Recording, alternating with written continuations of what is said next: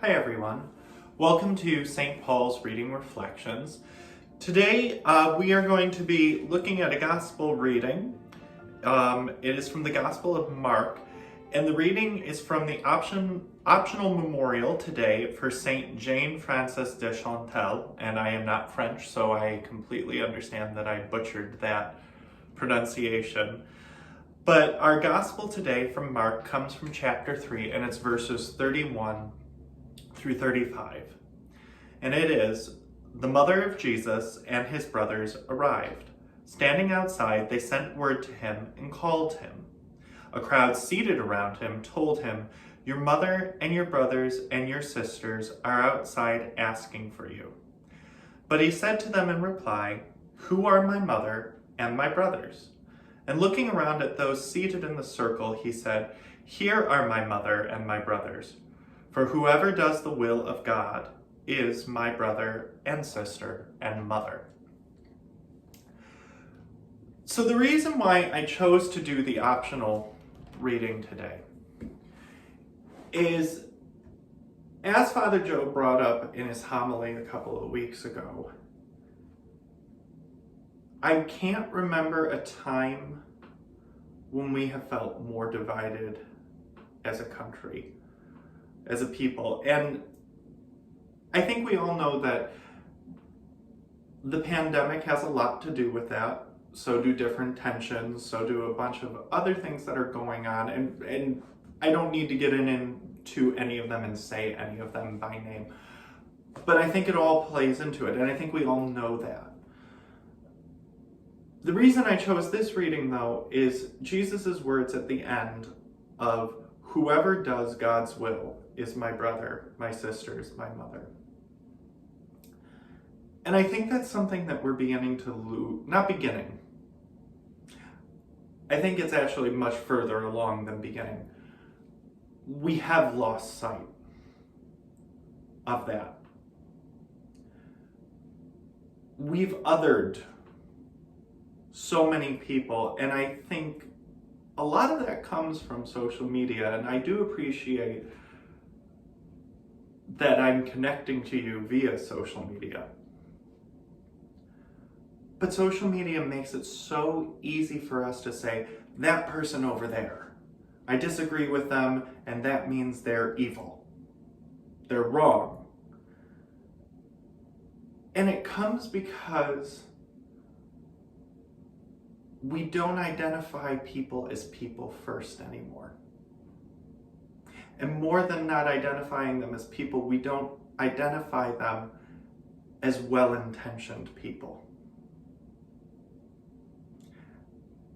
Well-intentioned people. We forget that.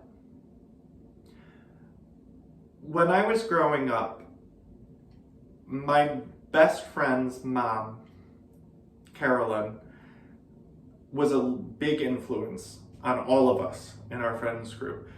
And she used to always tell us things of, remember that everybody is just doing the best they can to be the best people they can be, and sometimes they're going to fail. Love and forgive them anyway.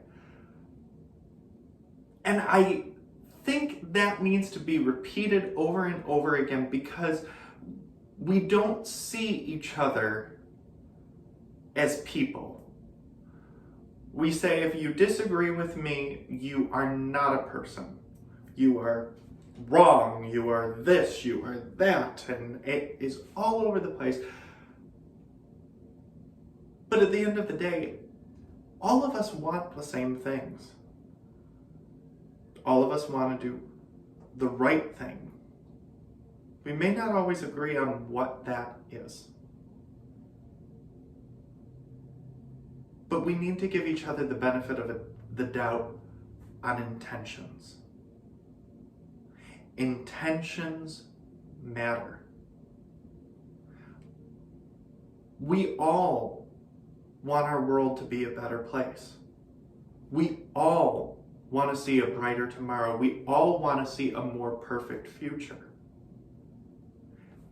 disagreeing and having a conversation about how we get there is a wonderful and beautiful thing.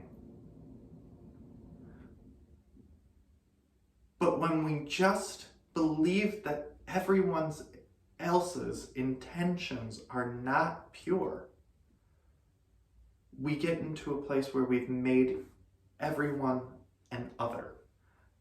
The other side. We always talk about, oh, the other side has this opinion.